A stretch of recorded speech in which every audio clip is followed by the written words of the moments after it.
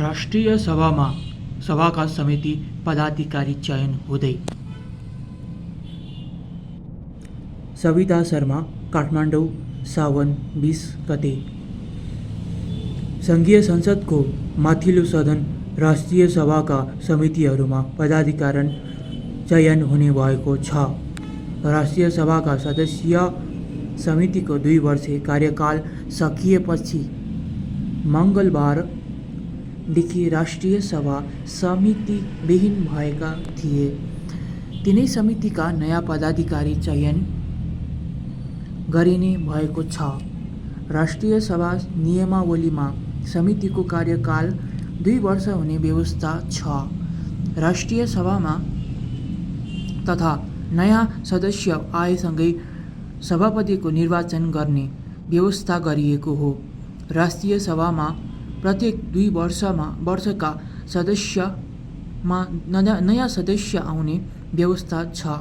2 वर्षमा फागुन 20 गते 1/3 सदस्यको कार्यकाल सकिएर नयाँ 1/3 सदस्य आउने गर्छन्।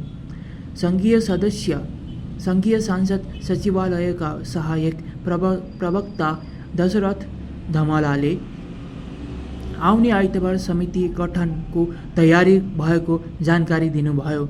उहाँले सोमबार बस्ने राष्ट्रिय सभा बैठकमा समितिका सभापतिको निर्वाचनका बारेमा मिति तय हुने तयारी भएको बताउनुभयो।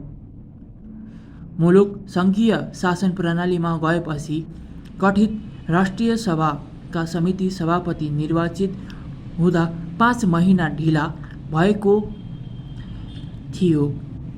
समितिको कार्यकाल 2 वर्ष तोकिएको भए पनि सभापतिले साउन 17 गतेदेखि काम सुरु गरेका थिए। सभापतिको कार्यकाल सुरु भएको समयअनुसार 2 वर्ष कायम गर्न साउन 16 गतेसम्म सभापतिहरूको समय लम्बाइएको थियो। यसरी समय बढाउँदा नयाँ सदस्य आएको 5 महिनापछि मात्र समितिका सभापति चयन गर्नुपर्ने अवस्था बनेको हो। धमलाका अनुसार अब गठन हुने समिति र समितिका सभापतिहरूको कार्यकाल 1.5 वर्षको हुनेछ। त्यसपछिका समिति र सभापतिको समय नियमावलीको व्यवस्था अनुसार 2 वर्षको हुने गरी मिल्नेछ। राष्ट्रिय सभा अन्तर्गतका 3 वटा संसदीय समिति 5 महिनादेखि सभापतिविहीन भएकाको अवस्था थिए। गत फागुन 20 गतेदेखि राष्ट्रिय सभाका 1/3 सदस्यको कार्यकाल सकिएको थियो। सभापतिहरूको पनि त्यति बेला कार्यकाल समाप्त हुँदा समिति सभापतिविहीन भएका थिए। राष्ट्रिय सभामा निर्वाचित भएर पछिल्लो पटक आएका नयाँ 1/3 सदस्यलाई समितिमा मनोनयन भने गरिसकिएको छ।